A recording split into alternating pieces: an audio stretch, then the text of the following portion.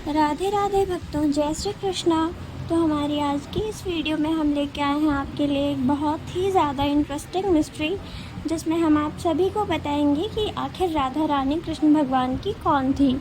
तो आप में से बहुत से लोगों के माइंड में ये क्वेश्चन आता है और फाइनली मेरे माइंड में भी ये क्वेश्चन आया। तो मैंने काफ़ी रिसर्च किया इस टॉपिक पे, फिर जाके मुझे पता चला, तो मैंने सोचा मैं आप सभी को भी बताऊं। तो बिना टाइम वेस्ट किए चलिए स्टार्ट करते हैं अपने आज की इस वीडियो को। तो सबसे पहले तो मैं आपको ये बताना चाहूँगी कि राधा रानी कोई और नहीं, राधा रानी भगवान श्री कृष्ण की ही आत्मा थी। जब श्री कृष्ण गोपी रूप धारण कर खुद को आईने में निहार रहे थे तो उन्हें वो बहुत ही अधिक सुंदर लगे और वो अपने ही रूप से मोहित हो गए। और तब उन्होंने उस आईने से अपने आप को बाहर निकाला। तो उसमें से जब उन्होंने अपने आप को बाहर निकाला तो उन्होंने अपना स्वयं का नाम राधा दिया और उन्हें अपना रूप बहुत ही अधिक प्रिय था, जो कि गोपी रूप में था। तो यही कारण है जो भगवान श्री कृष्ण राधा रानी से इतना प्रेम करते थे और यही रीज़न है कि उन दोनों की शादी नहीं हुई। और इसीलिए भगवान श्री कृष्ण को आत्मा राम भी कहते हैं, क्योंकि वो स्वयं की आत्मा में ही लीन रहते हैं। उन्हें सांसारिक वस्तुओं से कोई मोह नहीं। तो सबसे पहला रीज़न तो ये है। एंड सेकंड रीज़न मेरे सामने ये आया कि जो कि बहुत ही प्राचीन समय से प्रचलित है।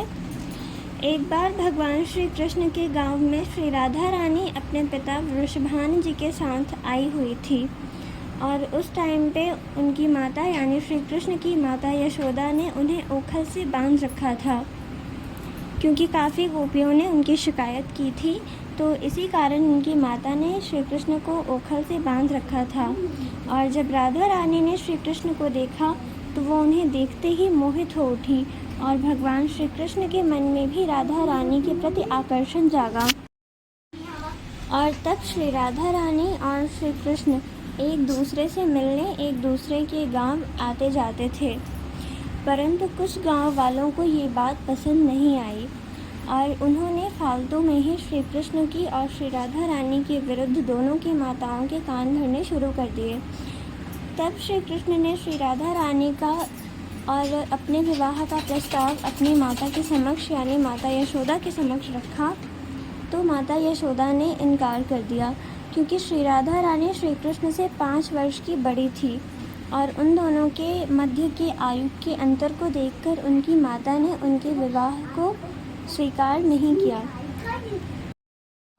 तो थर्ड रीज़न यानी कि जो मुझे एक्चुअल रीज़न लग रहा है वो फाइनली मैं आपको बताने जा रही हूँ, जो कि मुझे लग रहा है कि शायद ये रियल हो सकता है, क्योंकि मैंने कई बार रिसर्च किया तो अलग अलग बार अलग अलग रिजल्ट्स आए जिनको मैं आपको बता चुकी हूँ। तो फाइनली मैं आपको थर्ड रीज़न बताना चाहूँगी जो कि मुझे रियल लग रहा है और मे भी शायद ये एक्चुअल हो, क्योंकि काफ़ी बार रिसर्च करने के बाद में मैं आपको बता रही हूँ। तो मुझे भी जो जो रिज़ल्ट्स आए, जो जो मुझे पता चला, मैं वो आपके साथ शेयर कर रही हूँ।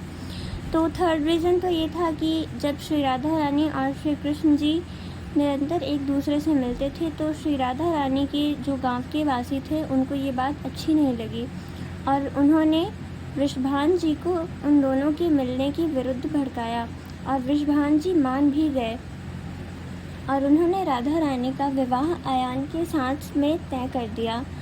तो इसके पश्चात जब ये बात श्री कृष्ण को पता चली तो उन्होंने माता यशोदा से कहा कि उन्हें राधा रानी से विवाह करना है।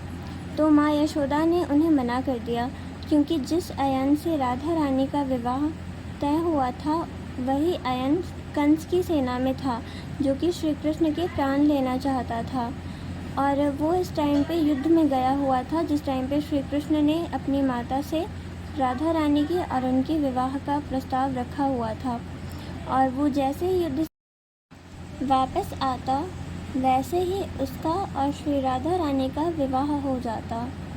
यही कारण था जो माता यशोदा ने श्री कृष्ण के और श्री राधा रानी के विवाह के विरुद्ध कहा। उन्होंने कहा कि वो श्री कृष्ण को राधा रानी से भी सुंदर और योग्य कन्या लाकर देंगी, परंतु श्री कृष्ण ने हठ किया।